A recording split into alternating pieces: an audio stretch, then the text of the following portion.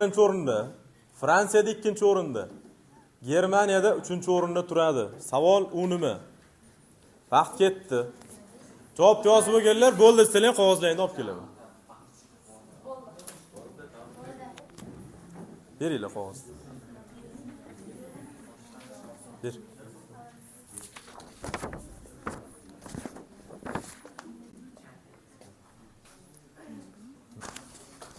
To'g'ri hammaniz. Hozircha ikkala jamoada ham teng. Ikkala jamoa ham topdi. Ikkinchi savolga o'taman. Bu shaxmat donasi sabab o'rta asrlarda arab shohlari bu o'yinni o'ynashni istashmagan. Savol o'sha shaxmat donasini aytinglar. Vaqtlang ketdi.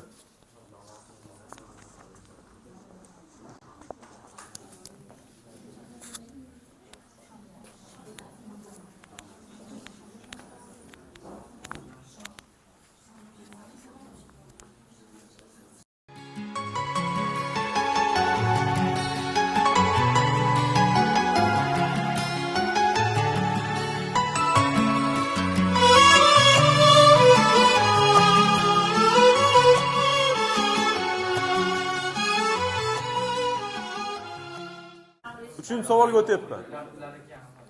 Nimani 10 daqiqadan ortiq ushlab turishning iloji yo'q. Garchi u o'ta yengil bo'lsa ham.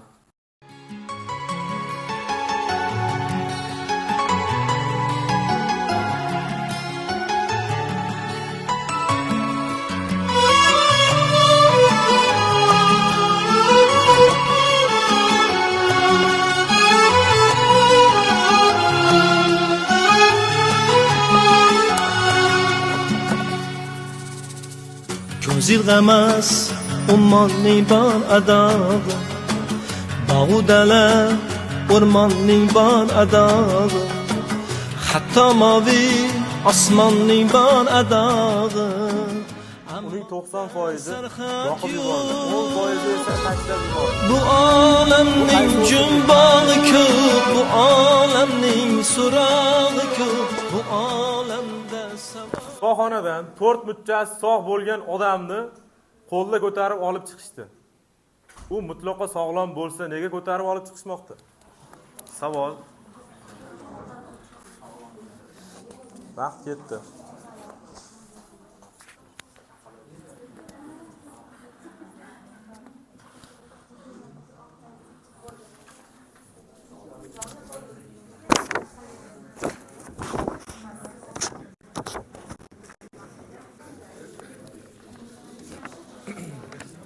Olamning jumbog'i ko'p, bu olamning so'rog'i ko'p, bu olamda savol cheksiz, bu olamda xayol cheksiz, bu olam.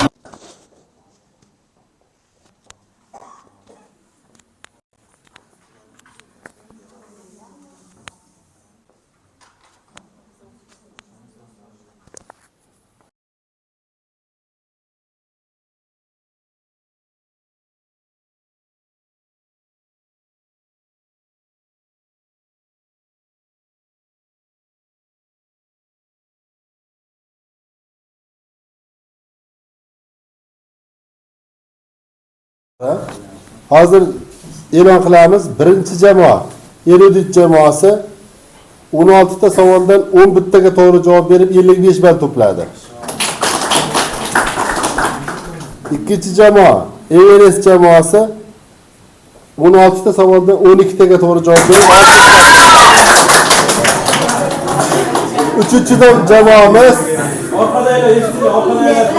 11 ta savolga to'g'ri javob berib 55 ball to'pladi. Demak, ikkinchi jamoa Everest jamoasi g'olib deb topildi.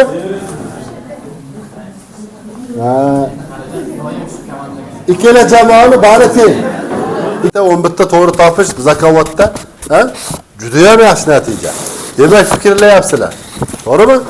Hammasi aksariyat savollar mantiqiy bo'ldi. Bu mantiqiy savol topish uchun fikrlash kerak. Fikrlashlar juda yuqori.